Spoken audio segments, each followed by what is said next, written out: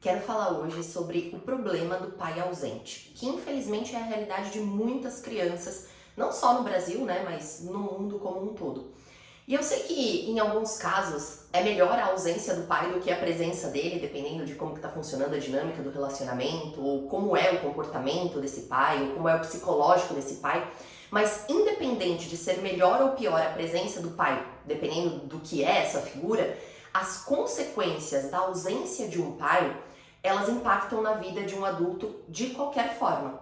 E é isso que eu quero falar hoje. Um ponto importante é a gente entender que a ausência do pai, ela não se refere apenas à ausência física, sabe? A presença física daquela figura paterna, mas da emocional, da mental. Porque às vezes um pai, ele está presente no núcleo familiar, fisicamente falando, mas mentalmente ele nunca está conectado com os seus filhos, emocionalmente ele nunca está conectado com os seus filhos. Então, a presença física por si só, ela não supre todas as necessidades daquela criança que, depois de alguns anos, vai se tornar um adulto. Então, quando a gente fala de ausência de pai, não é só essa questão da presença física, tá? Mas a ausência em todo o embasamento daquela criança, em todo o processo de crescimento, em todo o desenvolvimento.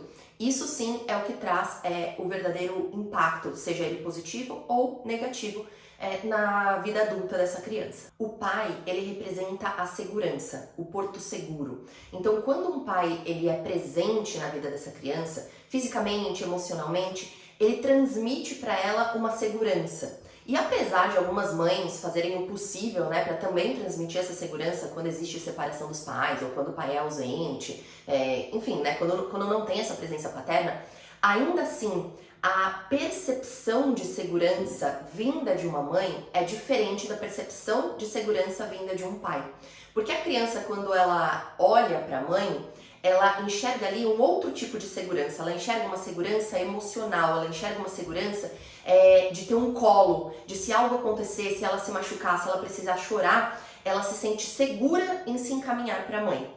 A segurança do pai, ela tem a ver mais com o externo. Ela se sente segura de que ninguém vai bater nela, ela se sente segura que o pai vai proteger, ela se sente segura que o pai, ele tá ali cumprindo o papel de nada que seja prejudicial externamente para ela, chegue até essa criança. Então é uma percepção de segurança diferente. Por isso que eu falo que apesar de muitas vezes a mãe fazer o possível, né, para suprir toda essa falta e trazer essa sensação de segurança, essa específica que remete ao que tem no externo, né, a influência do externo, ela é uma referência muito específica do pai. Além disso, o pai ele também representa a coragem.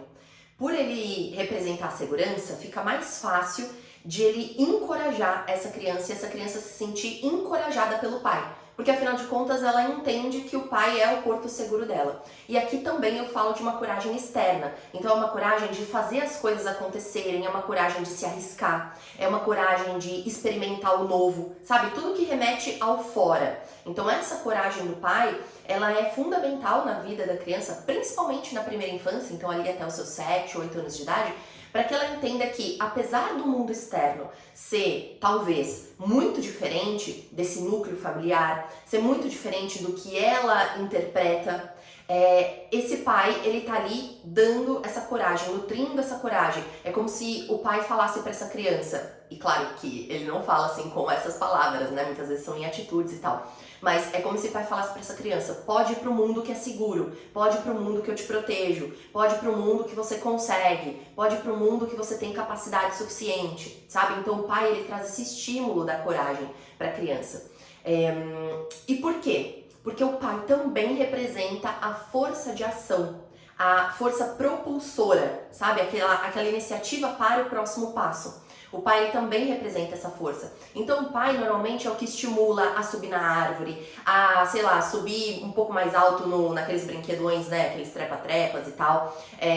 Normalmente é o pai que estimula as coisas mais radicais, sabe, esses desafios, superar os medos. A mãe normalmente acolhe, né, faz um carinho, traz algumas palavras de conforto. Se a criança chora, ela vai lá, pega. Mas toda essa energia de fazer acontecer, né, de mostrar para o mundo quem ela é, a coragem que ela tem, a capacidade que ela tem e de, claro, né, acabar reconhecendo isso dentro de si, isso é muito estimulado pela figura paterna. Porque o masculino, e aqui eu não tô falando de gênero, tá? Mas o masculino, ele representa o externo. E o feminino, ele representa o interno. Todos nós temos feminino e masculino dentro da gente, tá? Só que, agora sim, falando de gênero, o homem, ele tem esse aspecto masculino mais aflorado. Ou deveria, mas isso é assunto para outro momento. E a mulher, ela tem um aspecto feminino mais aflorado, tá? Apesar das mulheres também terem um aspecto masculino, assim como os homens terem um aspecto feminino dentro da sua constituição.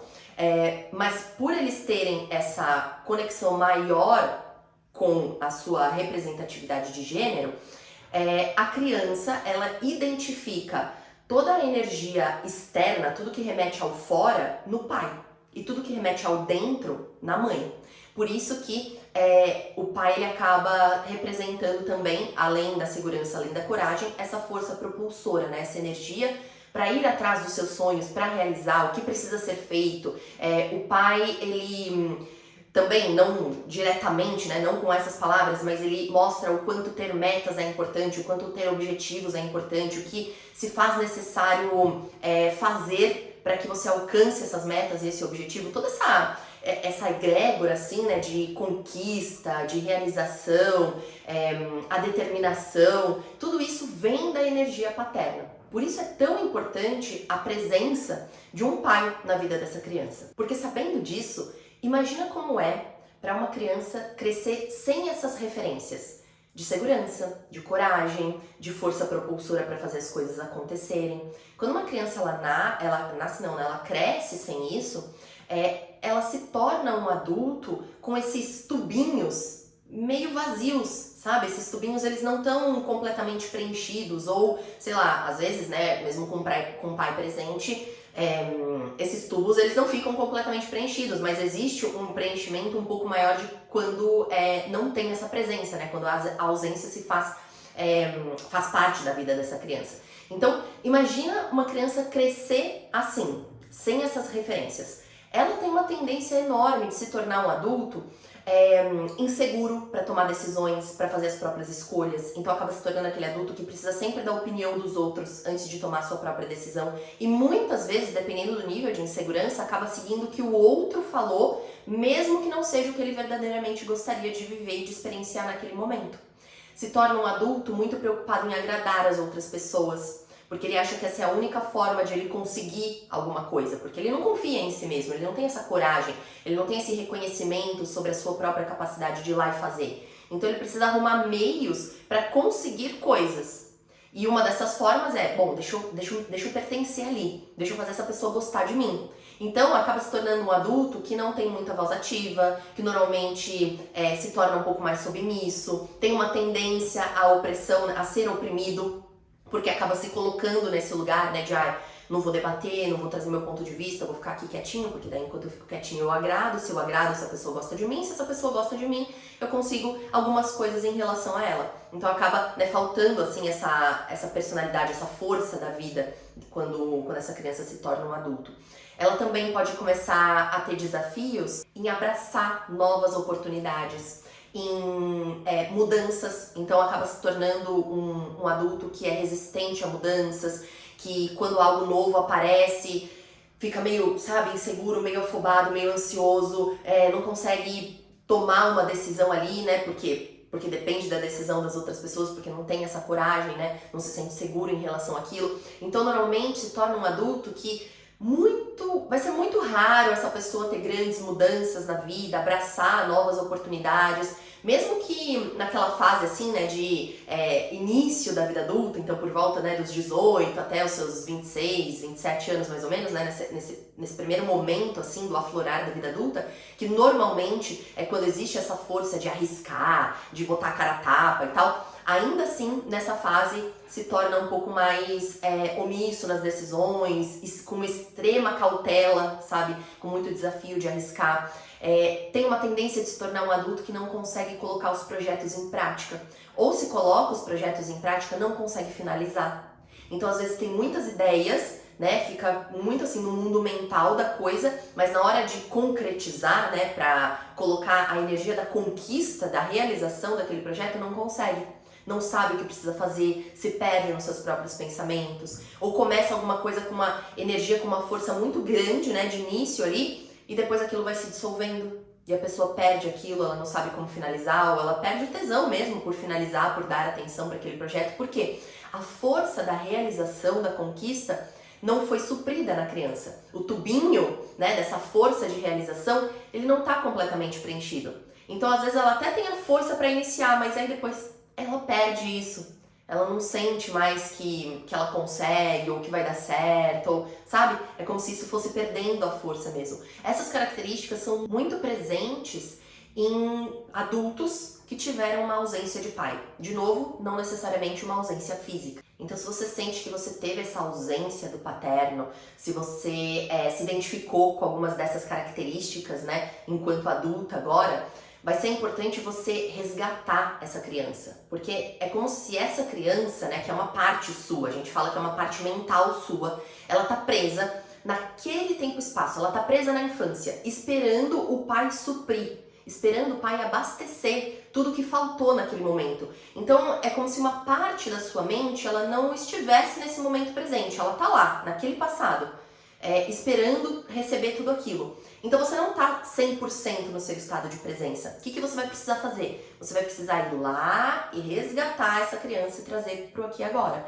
Você vai precisar nutrir nessa criança o que faltou, porque o seu pai não vai poder mais cumprir esse papel, né? Então você vai ter que cumprir esse papel de resgatar. Enquanto a sua criança ela estiver presa naquele momento, né, ela estiver esperando receber isso do pai, a sua vida no momento presente, ela vai ter um desafio muito grande de prosperar, de expandir. Você vai ter uma tendência a sentir sua vida meio estagnada, você vai ter uma tendência a sentir que as coisas demoram muito para desenrolar, que nada sai muito do lugar. Em questão de relacionamentos, não só amoroso, tá? Mas pode ser, por exemplo, profissionais, você pode ter uma tendência de ficar buscando a referência do pai que você não teve. Então, seja no marido, seja num chefe, seja num amigo, seja em algum outro familiar, porque você transfere aquela idealização do que era o pai em outra pessoa. Então é como se você pegasse aquela criança que estava presa lá e falasse assim: ei, vem cá, tem um outro masculino aqui que vai suprir a gente do que faltou lá, ó. Olha pra esse cara.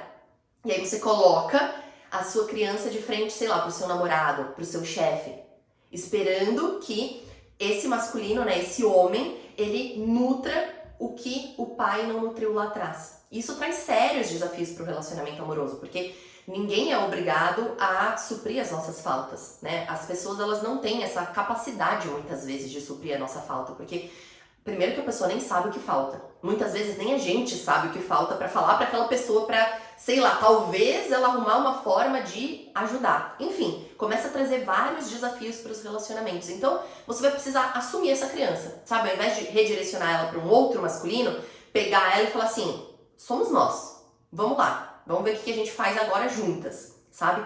Então, aqui na aba Meditações Guiadas, tem uma meditação que chama Nutrindo a Criança Interior, ou Nutrindo a Sua Criança, alguma coisa assim. Eu recomendo muito, se você se identificou com alguma dessas coisas que eu trouxe aqui, você fazer essa meditação. Essa meditação, ela vai te ajudar a resgatar a energia dessa criança. Vai te ajudar a suprir o que faltou lá atrás, para que você abasteça, preencha esse tubinho e você possa começar a trazer um novo movimento para a sua vida, uma nova realização, um novo tipo de percepção sobre a vida mesmo, porque você vai desfocar daquele passado de falta e você vai voltar a focar nesse presente em que você mesma está cumprindo esse papel de se abastecer. Então, super recomendo, se você se identificou, vai lá e faz essa meditação.